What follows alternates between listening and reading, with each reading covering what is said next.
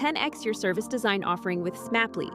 Take 20% off any order with This Is HCD 20 off. Let's superpower you and your design team's potential. Sign up at smapley.app. Enjoy the episode from your friends at Smapley, helping support This Is HCD podcast.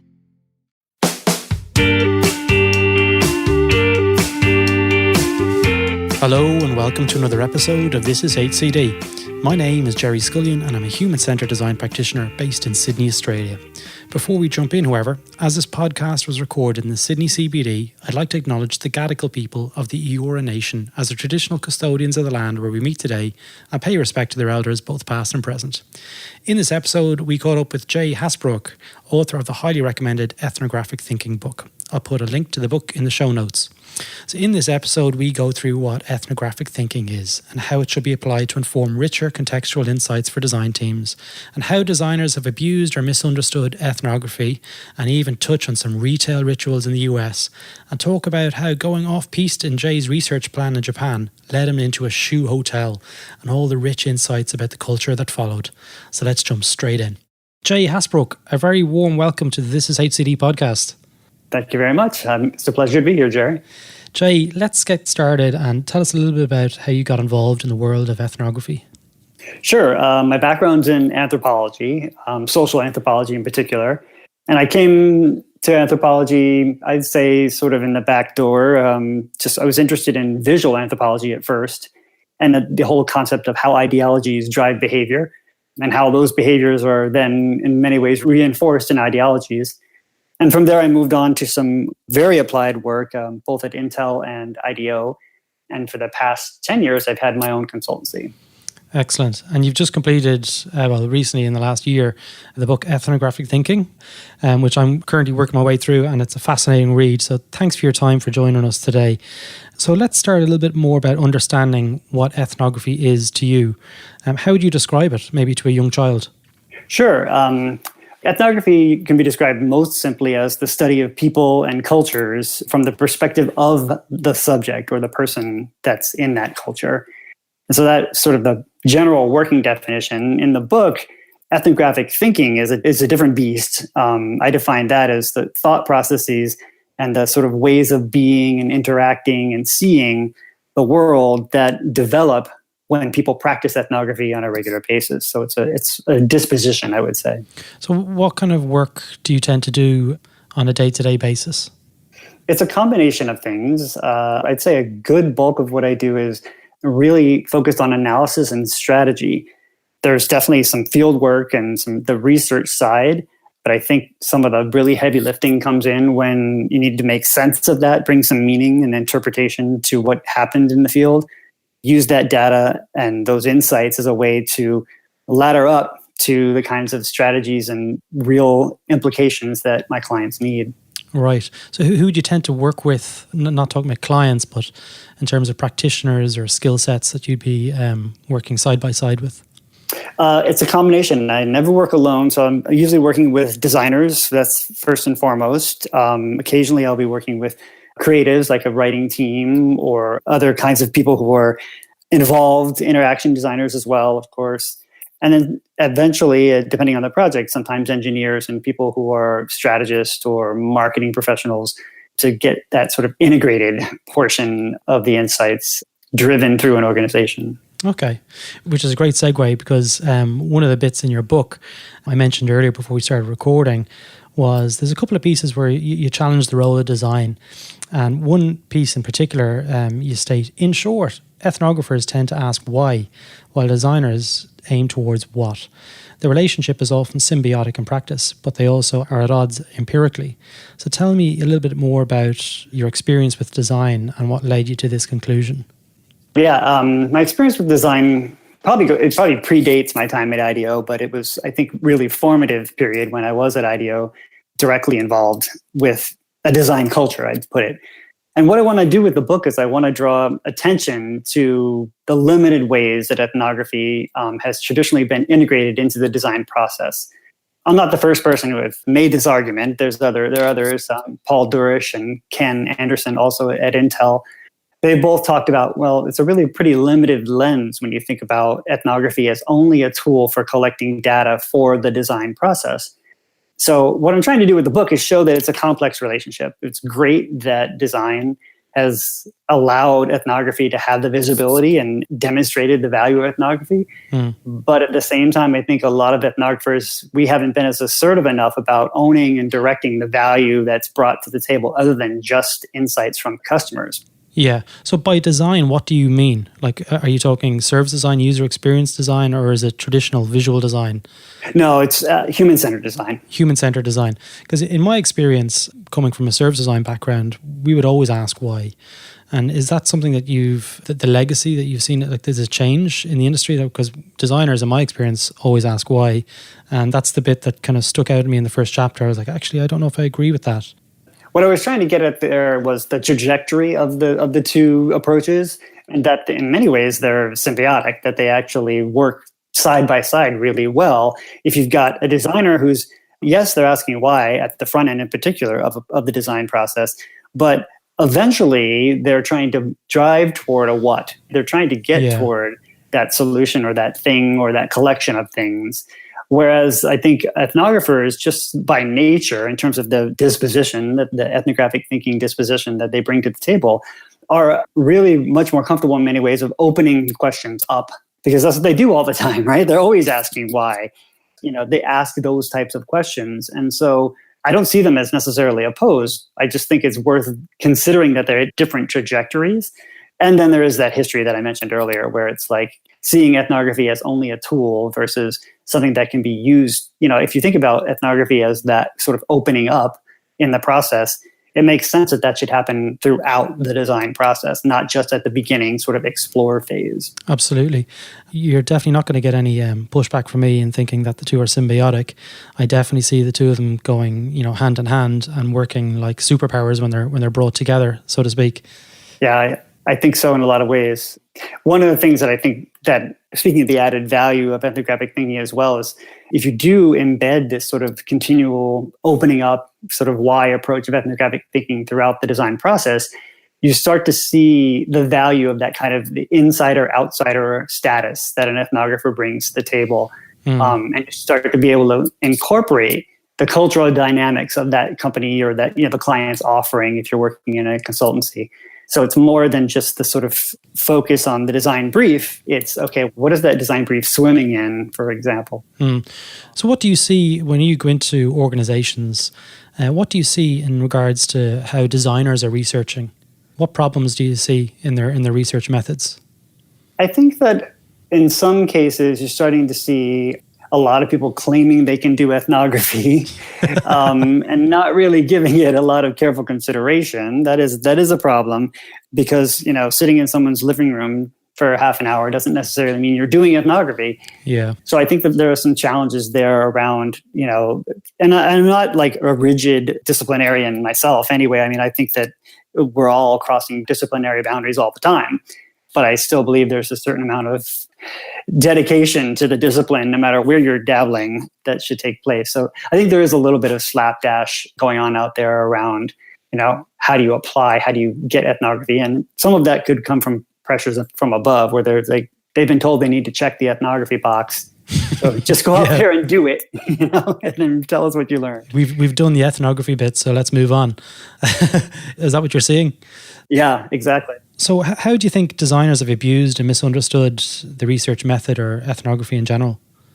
Well, I think it sort of relates to what we were just talking about, that sometimes you'll see this misinterpretation of ethnography as a practice where you just go ask people what they want, and they tell you, and you just tell people exactly what people said without adding a layer of interpretive value to that experience.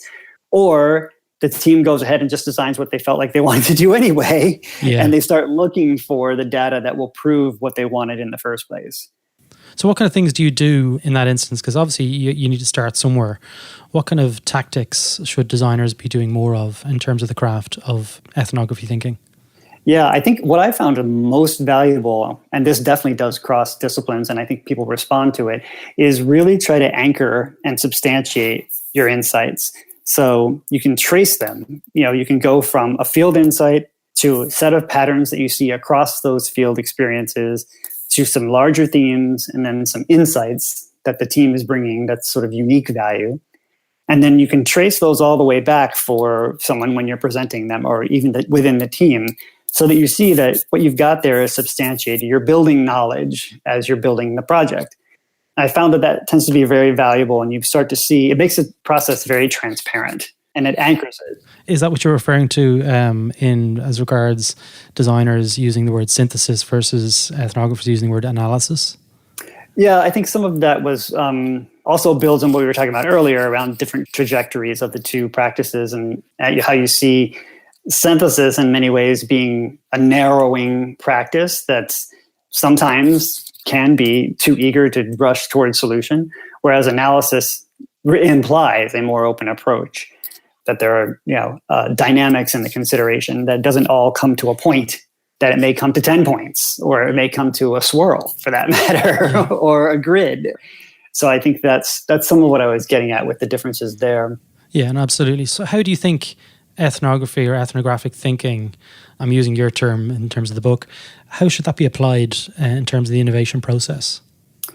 I think that one of the things that where it could add a lot more value is making sure that ethnographic thinking is part of the entire design process, or the entire innovation process, so it doesn't get stuck in the front end and then just sort of tossed away.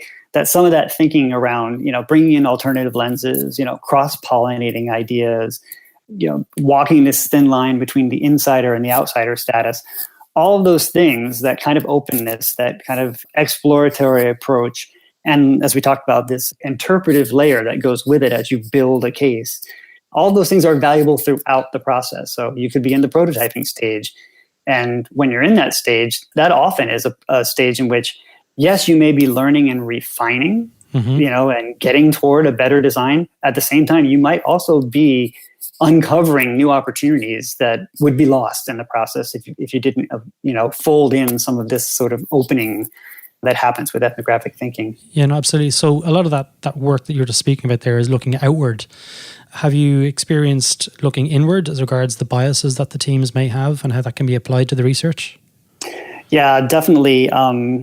There's two layers to that, I think. One, looking inward is really interesting to think about looking at a company's culture in general, or, it could be a consultancy or a large corporation or any kind of organization.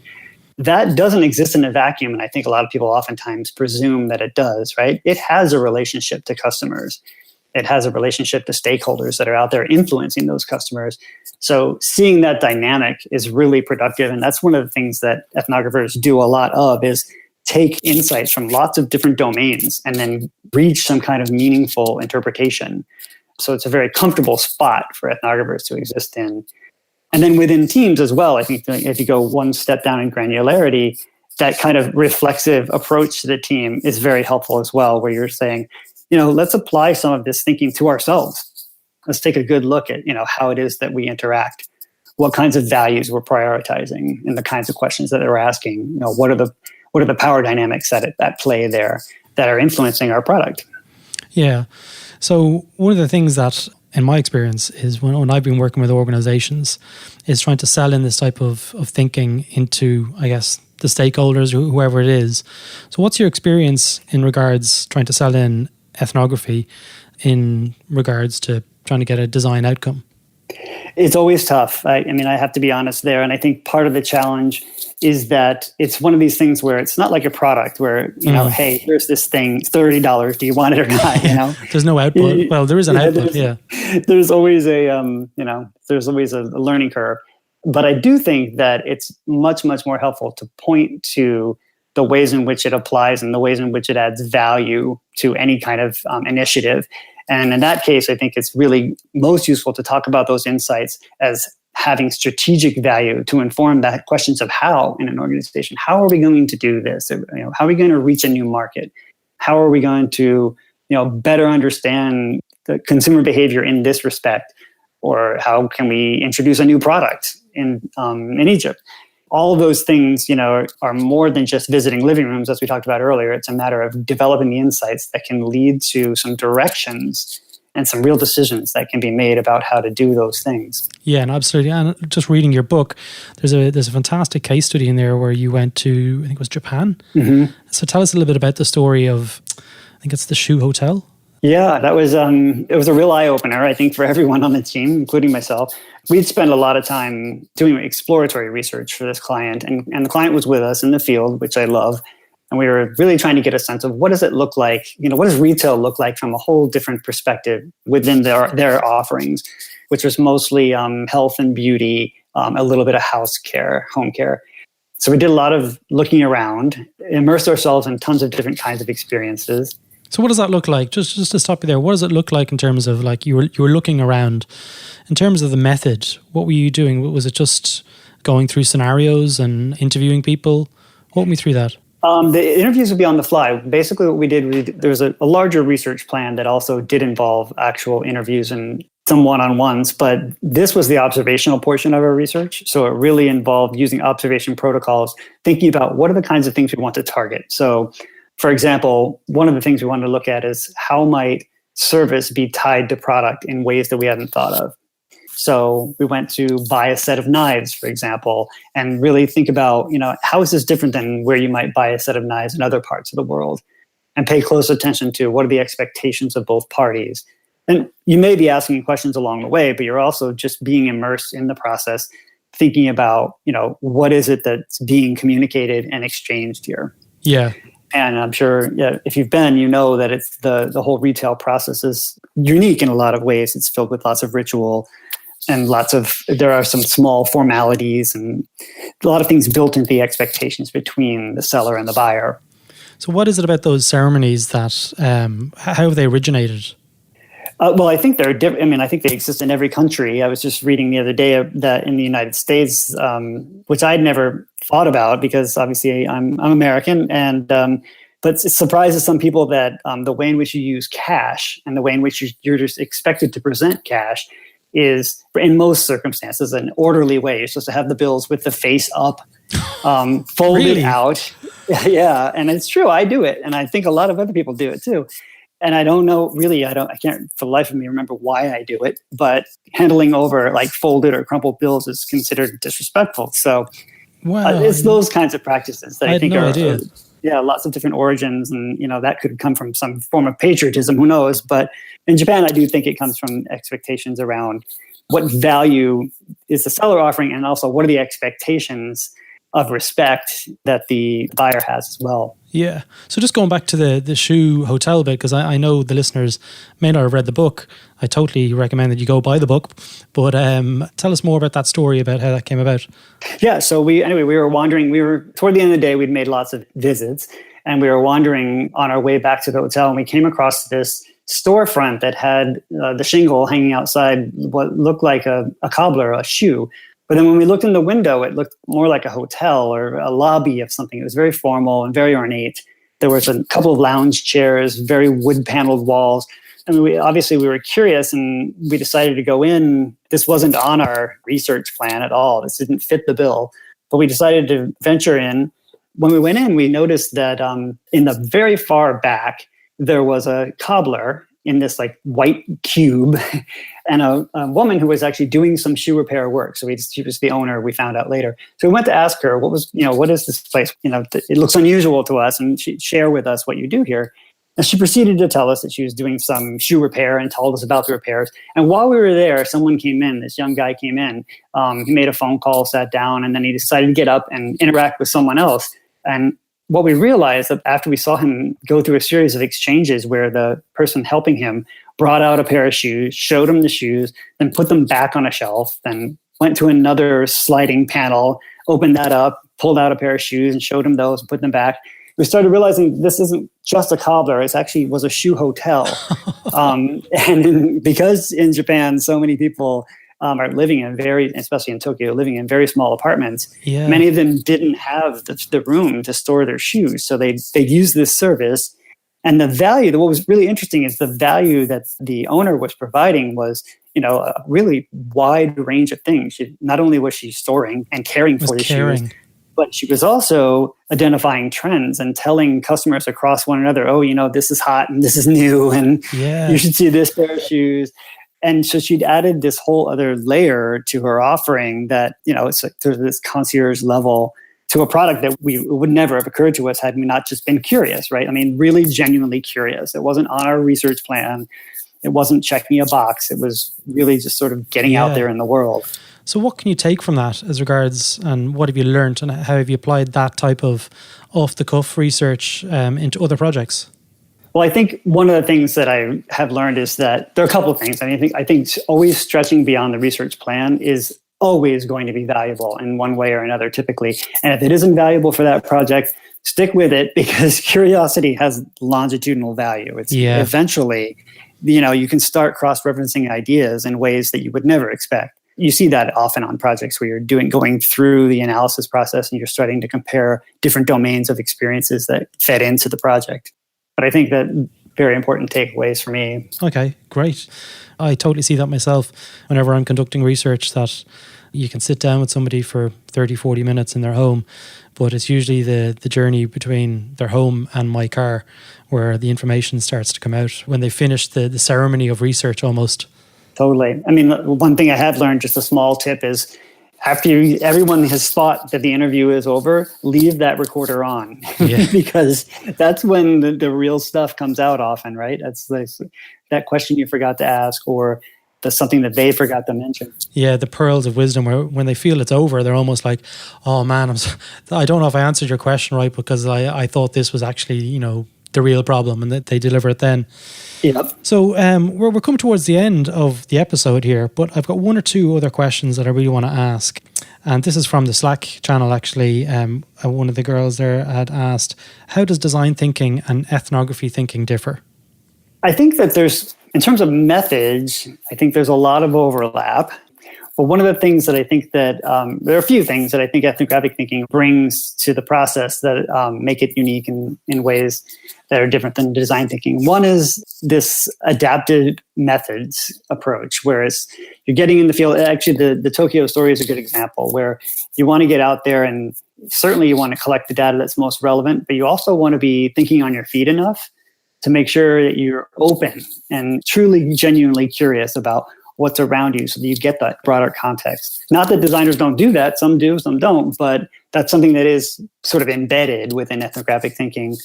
And then there are other things like learning through cultural immersion, beyond what your design brief is, but still related to the design brief. So these deep dives that are really focused on culture, waiting in line to mail a letter in a place that's unfamiliar to you, things like that, where you're really trying to do a lot of absorbing with all of your senses. And the ethnography tends to be throughout, as opposed to in the design thinking process. Just looking at the double diamond, it's more about that empathy and that research up front.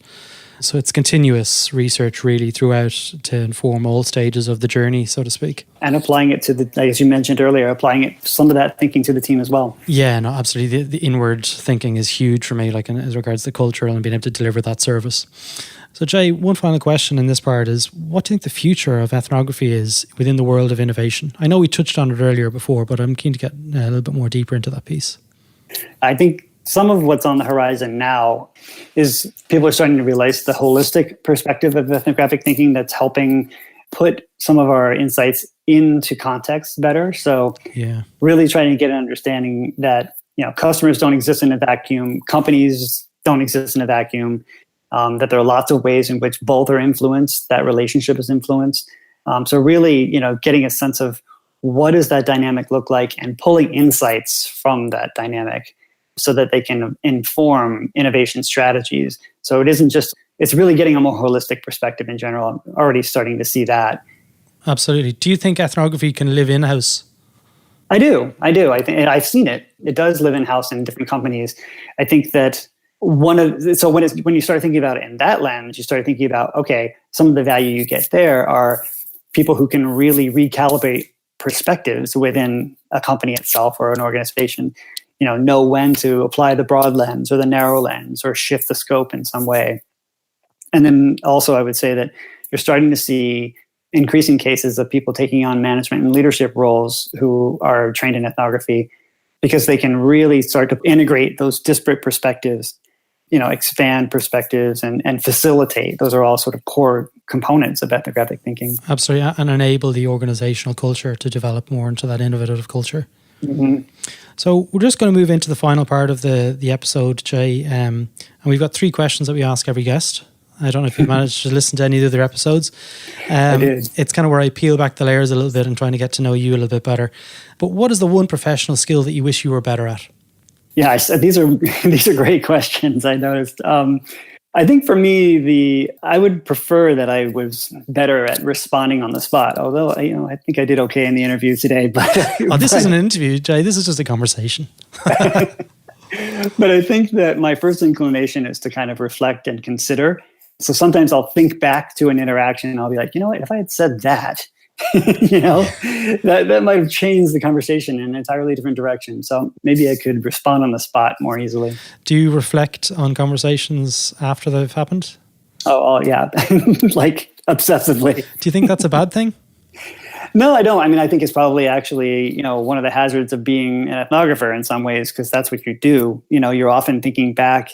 It's a good way to exercise your memory, not only, but also to sort of think through the meanings that were being exchanged there that went beyond just the words. Yeah, I'm the same as you. I reflect on everything. So the second question, Jay, is what is the one thing from the industry that you wish you would be able to banish?